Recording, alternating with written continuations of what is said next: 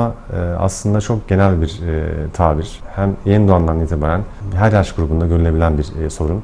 Aslında basit gibi görünen ama çok ciddi sonuçlar doğurabilen bir problem. Özellikle üst solunum yolu bölgesinde oluşan bir tıkanıklıktan kaynaklanabileceği gibi horlama, santral sinir sistemi dediğimiz hani beyinde oluşan bazı hastalıklara bağlı görülebiliyor. Tabii horlama sadece horlayan kişi değil, etrafındaki insanları da rahatsız edebiliyor. Daha çok bize hastalar işte ailesindeki diğer kişilerden dolayı geliyor. İşte benim eşim çok horluyor, ben uyuyamıyorum şeklinde geliyor.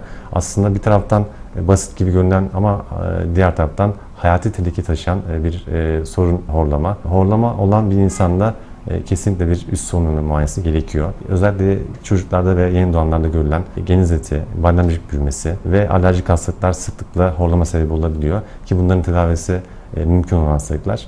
Erişkinlerde biraz daha tabii durum değişebiliyor. Özellikle burunda oluşan kemik eğriliği ya da işte nazar polip gibi ya da konkav hipertrofisi gibi et büyümeleri, damakta sarkma, küçük dilde uzama, dilde büyüme ya da daha aşağı seviyede boğazda oluşan bazı darlıklara bağlı nefes alma problemleri ortaya çıkabiliyor.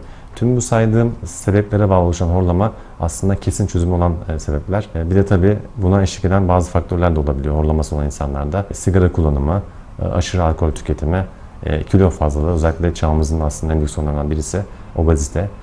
Bu durumlarda da horlama görülebiliyor. Tabii horlama şikayetiyle gelen hastalara en doğru yaklaşım önce tabii ki doğru tanıyı koymak ve tanıya göre de tedavisini planlamaktır.